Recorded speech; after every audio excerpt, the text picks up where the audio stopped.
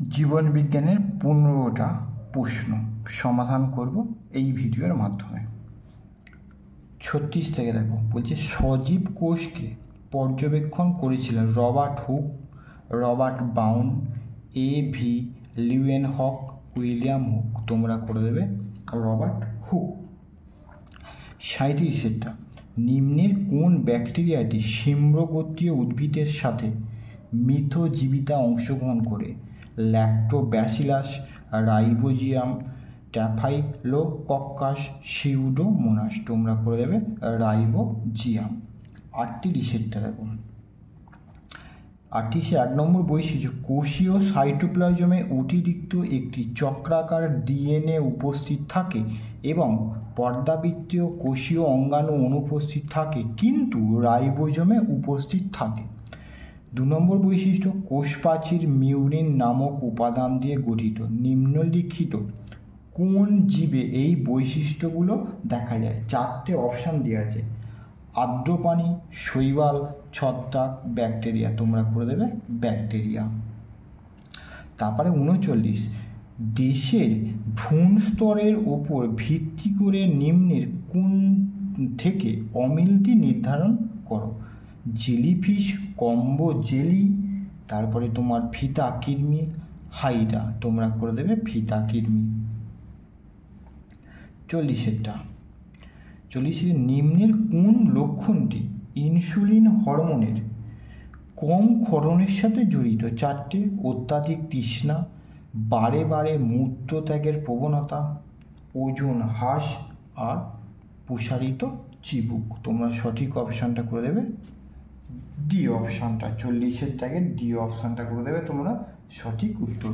41, একটি শিশুর জন্য তুমি নিম্নলিখিত কোন খাবার গ্রহণের পরামর্শ দেবে যার উপসর্গগুলো হলো কনজাংটিভার, কুঞ্চিত হওয়া এবং শুকিয়ে যাওয়া, কম আলোতে হ্রাসপ্রাপ্ত দৃষ্টি, কনজাংটিভাতে সাদা দাগের উপস্থিত? 4টে অপশান দিই, কমলালেবু আমলকি, গাজর, পালং শাক, ব্রোকলি, চিজ, চর্বিযুক্ত মাছ, মাশরুম, আর আমন্ড, বাদাম, আর চীনাবাদাম, আর ঝিনুক। তুমি সঠিক অপশান এখানে করে দেবে বি এটা, গাজর, পালং শাক এবং ব্রোকলি। তারপরে 42টা, নিম্নলিখিত লক্ষণগুলির মধ্যে কোনটি মিনামাটা রোগগ্রস্ত ব্যক্তির মধ্যে দেখা যায়?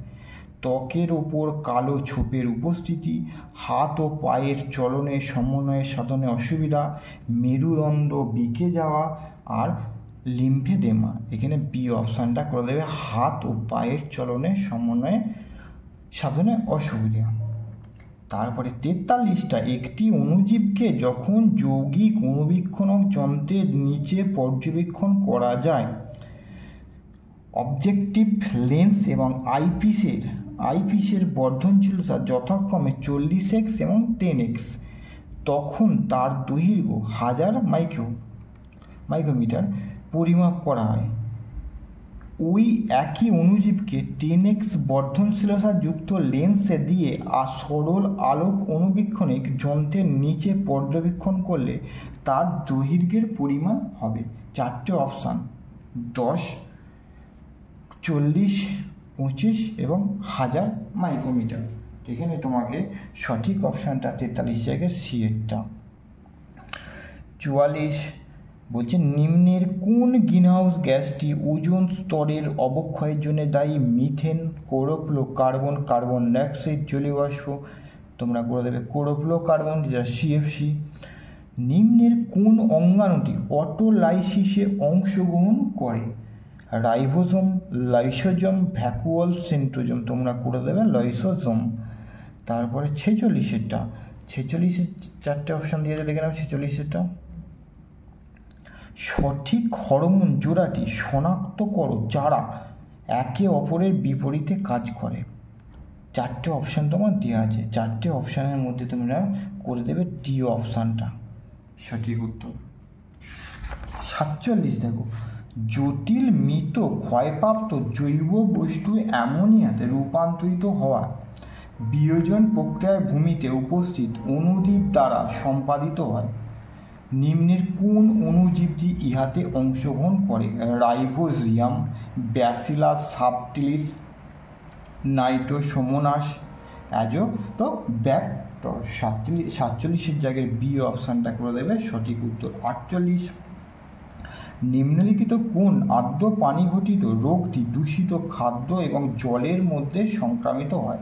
কলেরা, টাইফয়েড, ম্যালেরিয়া, আমাশয়। এখানে আমাশয়টা করে দেবে সঠিক উত্তর। 49 নিম্নলিখিত বৈশিষ্ট্যগুলোর উপর ভিত্তি করে সঠিক অণুজীবটি শনাক্ত করো। এদের থ্যালাসরূপ দৈহিক গঠনে বর্তমান, এরা এককোষী, এরা সাধারণত জলজ পরিবেশে অবস্থান করে।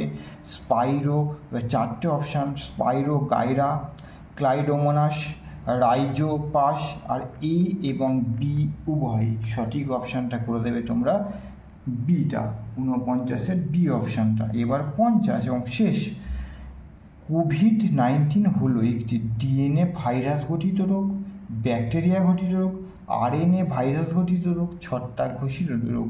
তোমরা করে দেবে আরএনএ ভাইরাস ঘটিত রোগ।